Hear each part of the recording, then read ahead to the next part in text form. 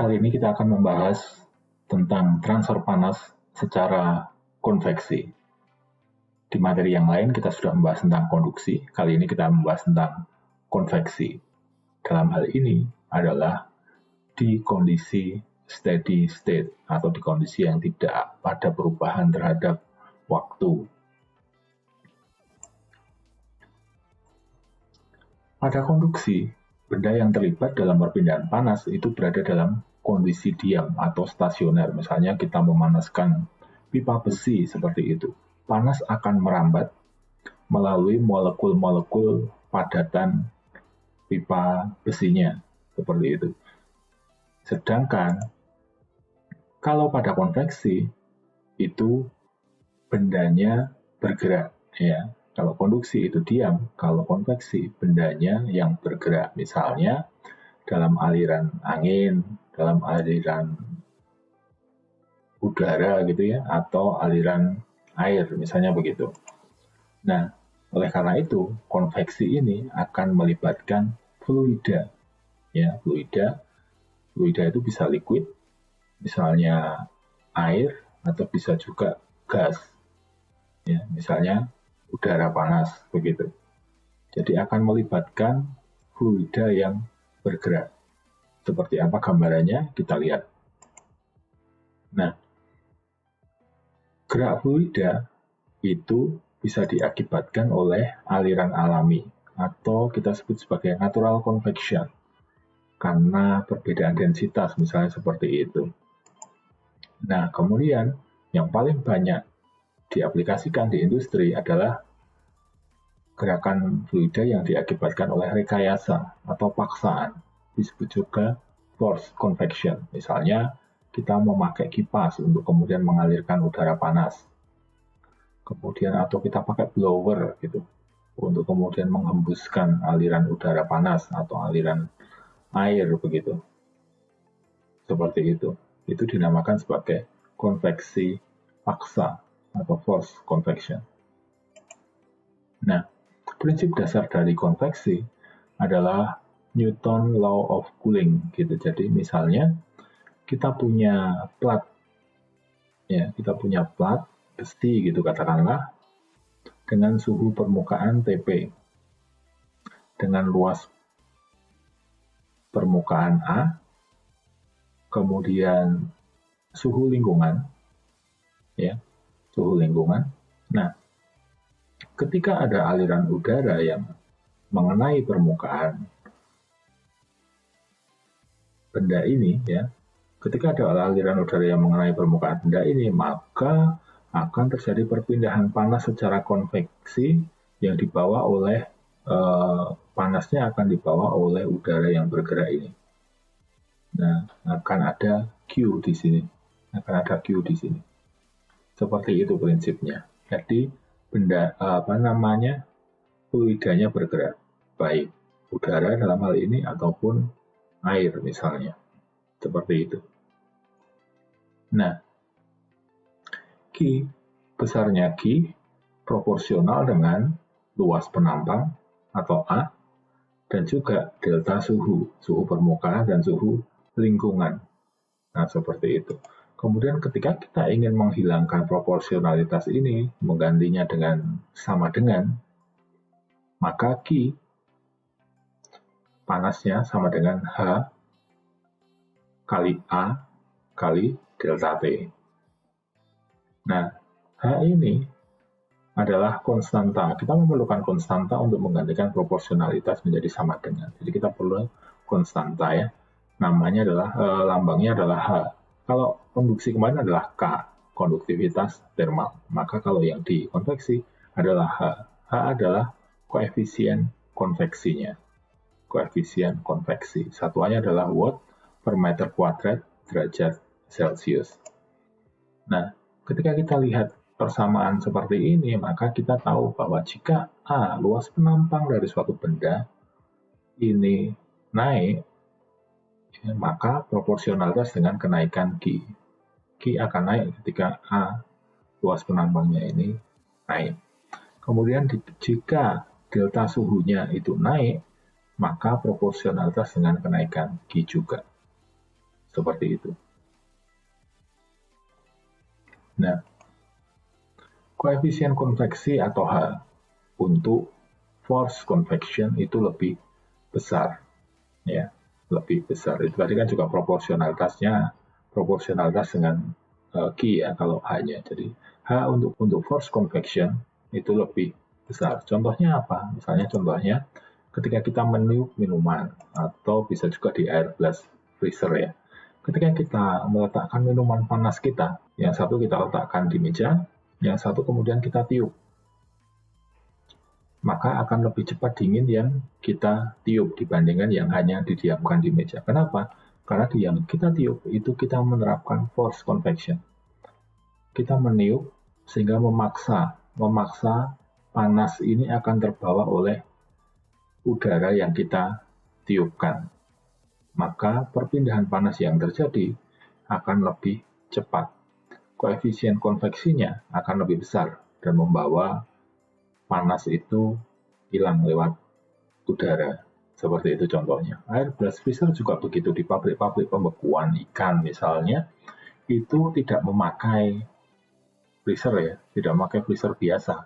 Ya, bisa lama dan tidak efektif. Maka memakai air blast freezer itu adalah sistem pendinginan, pembekuan dengan cara memompakan udara dingin kepada ikan atau udang atau apapun yang akan dibekukan, sehingga pembekuan terjadi dengan lebih cepat dibandingkan dengan pembekuan konvensional. Seperti itu penerapan ilmunya seperti itu. Untuk menentukan koefisien konveksi itu sulit dilakukan. Kenapa? Karena aliran panasnya terus bergerak. Airnya kan terus bergerak. Atau udaranya kemudian terus bergerak juga. Sehingga koefisien konveksinya itu susah kemudian untuk ditentukan. Berbeda dengan ketika kita kemarin menghitung konduksi ya. Konduksi itu ya konduktivitas termalnya sekian gitu. Karena bahannya yaitu tidak ada perubahan apapun. Hanya kemudian panasnya kemudian merembet. Sebenarnya tidak ada perubahan apapun, tidak ada pergerakan apapun seperti itu. Berbeda dengan konveksi ini fluidanya bergerak, maka H sulit untuk ditentukan. H dapat didekati dengan percobaan empiris yang sudah dilakukan oleh banyak peneliti. Di buku-buku sudah banyak. Nah, diperoleh dari 3 dimensionless number. Ya, ada 3 angka ya. Number atau angka yang tanpa satuan, dimensionless number. Yaitu yang pertama Reynolds number atau NRE, kemudian yang kedua adalah Nusselt number atau NNU, kemudian yang ketiga adalah Prandtl number atau NPR. Nah, kita akan masuk satu-satu apa itu dan apa gunanya untuk menentukan koefisien konveksi tentu saja, tapi langkahnya seperti apa sih? Nah, itu nanti akan kita pelajari. Nah, kita masuk yang pertama, Reynolds number. Reynolds number itu menggambarkan jenis aliran dari fluida. Jadi seperti yang kita tahu bahwa ketika ada air mengalir atau kemudian ada angin yang bertiup, itu ada jenisnya ya. Jenisnya adalah laminer, transisi, atau turbulen. Gampangannya ketika kita melihat aliran air sungai, katakanlah begitu. Oh, di sungai yang satu, alirannya tenang, gitu ya. Alirannya tenang, tidak beriak, tidak bergelombang. Oh, laminer. Tapi ada juga yang alirannya sangat beriak, ya, sangat kuat sekali, ombak gelombangnya sangat kuat sekali. Itu mungkin turbulen, ya. Bisa juga diantaranya transisi, atau ketika kita naik pesawat sering mendengarkan, silakan mengencangkan ikat pinggang Anda karena ada turbulensi udara. Nah, itu juga sama seperti itu prinsipnya. Udara kan juga fluida yang mengalir seperti itu. Nah, misalnya seperti ini lambangnya ya, kalau laminer ya lurus biasa, anteng gitu. Ketika transisi masih lurus tapi sudah ada gelombang-gelombangnya. Tapi kalau turbulen, bentuknya arahnya sudah kemana-mana. arahnya sudah kemana-mana. Itu turbulen, lebih liar gitu kalau turbulen. Nah, rumus untuk mencari Reynolds number adalah rho VD per mu. Atau bisa juga dicari dengan 4m dot dibagi P, mu, dan D. Rho adalah densitas fluida, V adalah kecepatan aliran fluida, D adalah diameter pipanya ketika dia ada di pipa, kemudian mu adalah viskositas fluida, dan m dot, m dot adalah laju aliran massa. Jadi bisa ketika nanti diketahui kecepatannya, maka pakai rumus yang ini. Ketika diketahui bahwa itu adalah laju aliran massa, katakanlah kilogram per detik atau kilogram per jam, itu kita bisa pakai rumus yang ini. Nah, hasilnya nanti, hasil perhitungan Reynolds number, itu jika Reynolds number-nya itu kurang dari 2100, maka alirannya adalah laminer. Ketika berada di antara 2100 dan 10.000, alirannya adalah transisi. Ketika berada di atas 10.000, hasilnya, maka itu adalah turbulen. Kita masuk yang kedua, yaitu Nusselt number. Nusselt number adalah rasio antara pindah panas konveksi dan konduksi. Pertanyaannya adalah, loh ini kan kita membahas konveksi, kenapa masih ada konduksi di sini? Ya, ingat ya, ketika misalnya katakanlah ada aliran air gitu, ada aliran air, fluida kan bergerak, itu kan konveksi, ya, konveksi, perpindahan panasnya secara konveksi. Ingat, tapi bahwa air itu juga memiliki massa, memiliki bodinya, bodi airnya itu, antar molekul bodi airnya itu terjadi juga perpindahan panas secara konduksi. Jadi perlu untuk perhitungan Nusselt number-nya, ya, ada di bodinya, bodi air yang mengalir itu kan ada. Tidak selalu kemudian bersinggungan dengan benda panas atau dengan temperatur yang tinggi, kan tidak selalu seperti itu. Itu perhitungan konveksinya, tetapi juga di antara airnya sendiri itu juga ada perpindahan panas, ya, secara konduksi. Nah, rumusnya apa? Nusselt number sama dengan H kali D dibagi K. H adalah koefisien konveksi, D adalah karakteristik dimensi. Ya, karakteristik dimensinya apa? Itu penting sekali nanti kita cari ya, Nanti kita lihat di tahap-tahap pengerjaannya ya. Misalnya diameter pipanya katakanlah seperti itu. Kemudian K adalah konduktivitas termal seperti yang di konduksi. Nah, ini yang jadi permasalahan. H ini sulit untuk dicari dan membutuhkan penyelesaian secara bertahap. Jadi PR dalam perhitungan pindah panas secara konveksi itu adalah mencari koefisien konveksinya itu berapa. Itu yang membutuhkan tahapan ya. Kalau rumus dasarnya tadi kita sudah tahu, Q sama dengan H kali A kali delta T, sudah jelas. Tapi kemudian H-nya sendiri ini yang kemudian membutuhkan tahapan-tahapan yang harus kita cek satu persatu. Kalau kita cuma lihat sekilas mungkin bingung, tapi kita harus cek satu persatu supaya kita pahami pelan-pelan supaya bisa paham. Nah, kemudian yang ketiga adalah Prandtl number. Prandtl number adalah rasio antara difusivitas momentum dan difusivitas thermal. Ya, rumusnya adalah NPR sama dengan mu Cp per K. Mu adalah viskositas fluida, Cp adalah panas spesifik, K adalah konduktivitas thermal. Nah, untuk mempermudah Prandtl number juga sudah banyak diteliti, sudah ada di tabel-tabel di buku-buku keteknikan ya.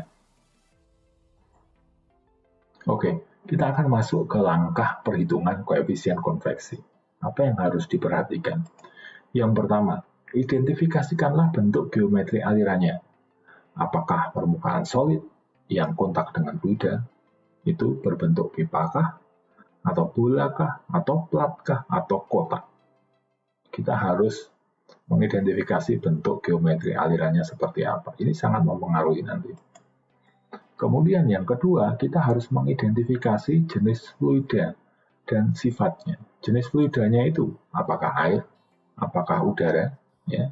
Kemudian sifatnya, sifat fluida ditentukan oleh suhu dari fluida tersebut, yaitu suhu rata-ratanya. Kita lihat. Nah, rumusnya adalah ini. T sama dengan T inlet ditambah T exit, ya, suhu masuk, suhu keluar dibagi 2. Kalau untuk pipa ya ini ya, T inlet tambah T exit bagi 2. Nah, suhu ini kemudian ketika kita ketemu suhunya X, begitu, suhu ini akan menentukan viskositas, densitas, konduktivitas termal, dan lain-lain. Kita bisa melihat dari tabel A41 dan tabel A4.4 di Introduction of Food Engineering buku. Nah, misalnya seperti ini. Kalau tabel A41, Physical Properties of Water at Saturation Pressure, misalnya begitu. Kita ada suhunya berapa, ya. Kemudian dari situ kita bisa dapat densitasnya, kita bisa dapat koefisien volumetrik ya, thermal ekspansinya, betanya, kemudian Cp, kemudian konduktivitas termal, kemudian difusivitas termal, alfa, kemudian mu dapat, kinematic viscosity ya, dapat, V-nya dapat ya. Kemudian di sini juga kita bisa dapat Prandtl number ya. Selain untuk air, kita juga bisa di tabel A4.4 untuk udara ya. Sama seperti itu. Kita dapatkan data-datanya.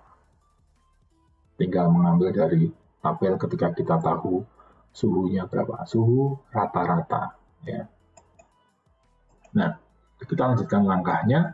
Yang ketiga, kemudian setelah kita tahu apakah itu bentuknya, identifikasi geometrinya tahu, kemudian kita ketahui fluidanya itu jenisnya apa, kemudian dari tabel itu tadi kita tahu sifat-sifatnya, maka kita menghitung Reynolds number untuk menentukan apakah laminar, transisi, atau turbulen seperti tadi, berguna untuk menentukan rumus empirisnya. Jadi ketika kita tahu apakah itu laminar, transisi, atau turbulen, kita bisa menghitung menggunakan rumus empirisnya.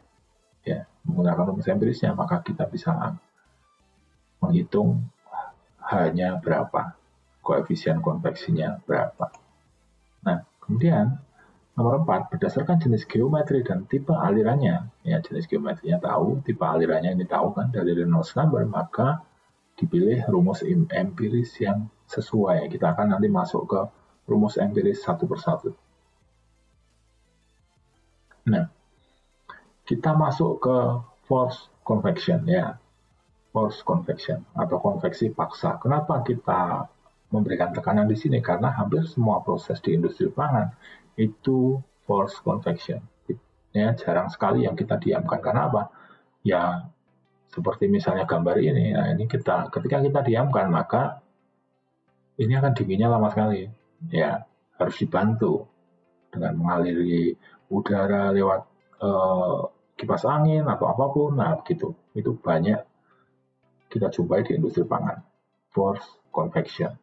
Jadi Nusselt number adalah fungsi dari Reynolds number dan Prandtl number. Ya, kita tahu dari slide-slide sebelumnya. Nah, ini adalah rumus-rumusnya. Yang pertama, ketika kita sudah menghitung Reynolds number kan, nah, ketika hasilnya adalah kurang dari 2100 kan artinya oke, laminar, gitu ya. Tipe alirannya laminar dalam pipa misalnya.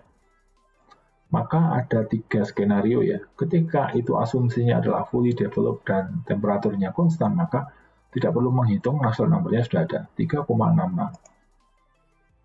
Kemudian ketika fully developed, head flux-nya uniform, gitu, seragam, Nusselt number-nya 4,36.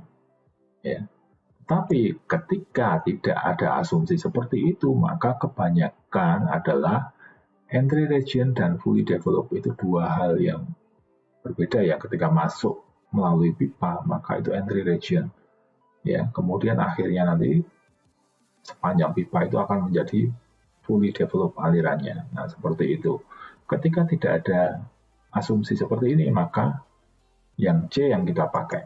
Nah, rumusnya panjang. Tidak perlu dihafalkan, dimengerti saja bagaimana cara menyelesaikan rumus ini ya. Nusselt number sama dengan 1,86 kali Reynolds number kali Prandtl number kali DC. Ingat ya, DC adalah karakteristik dimensi, artinya adalah diameter pipa ya. Kemudian ada panjang pipa, kemudian mu, tadi ada mu P, kemudian ada mu W. Nah, apa bedanya antara mu P dengan mu W? Ketika mu P adalah mu yang kita cari di tabel berdasarkan suhu rata-ratanya.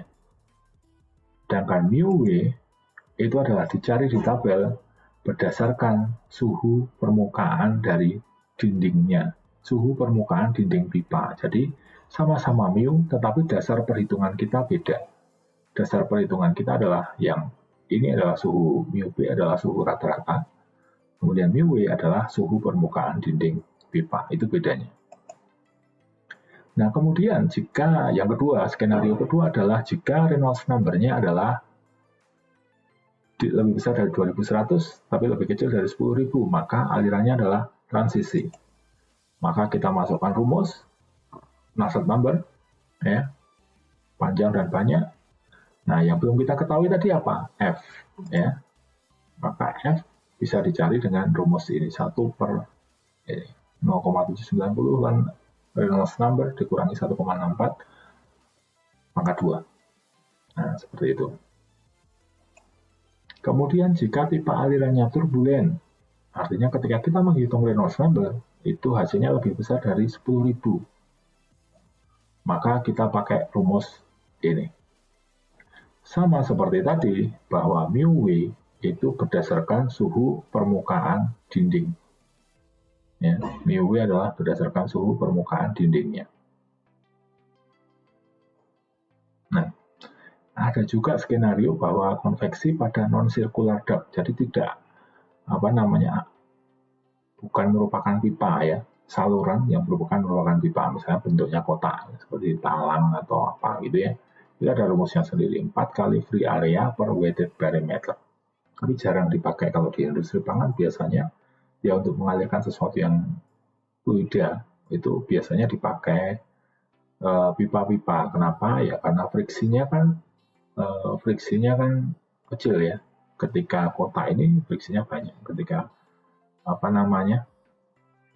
pakai pipa, maka bisa memperkecil friksinya.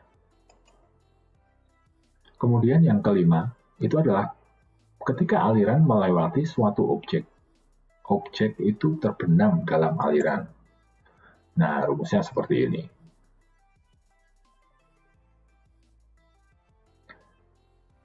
Berbeda dari yang tadi, maka agak sedikit berbeda ya T-film ya. Artinya untuk sifat-sifatnya, maka kita cari dari T-surface. Surface dari objek tersebut. Katakanlah objeknya bentuknya kita asumsikan sebagai bola gitu, misalnya kacang atau apa yang dialiri udara panas untuk mengeringkan gitu. Nanti kita banyak belajar di psikometrik ya untuk itu. Misalnya kacang yang kita aliri udara panas gitu. Suhu permukaannya berapa? Kemudian suhu lingkungannya berapa? Itu ditambahkan dibagi 2. Itu yang kita gunakan untuk mencari suhu filmnya. Oke, sekarang kita masuk ke soal untuk lebih mempermudah ya pemahamannya. Diketahui laju aliran air 0,02 kg per second. Dipanaskan dari suhu 20 derajat Celcius menjadi 60 derajat Celcius dalam sebuah pipa horizontal dengan diameter dalam 2,5 cm. Suhu bagian dalam permukaan pipa adalah 90 derajat Celcius.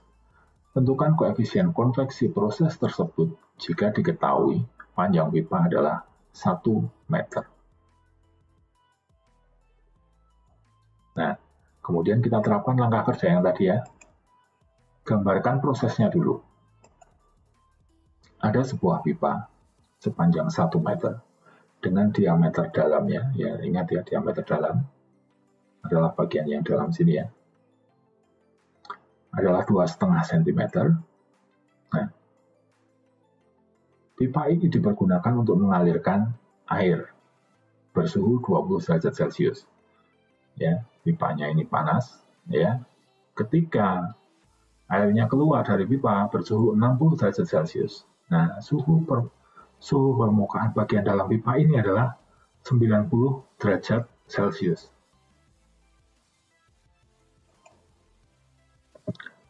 Selanjutnya, kita identifikasi geometrinya dari ini ya, gambar ini ya. Dari soalnya, kita tahu bahwa geometrinya apa?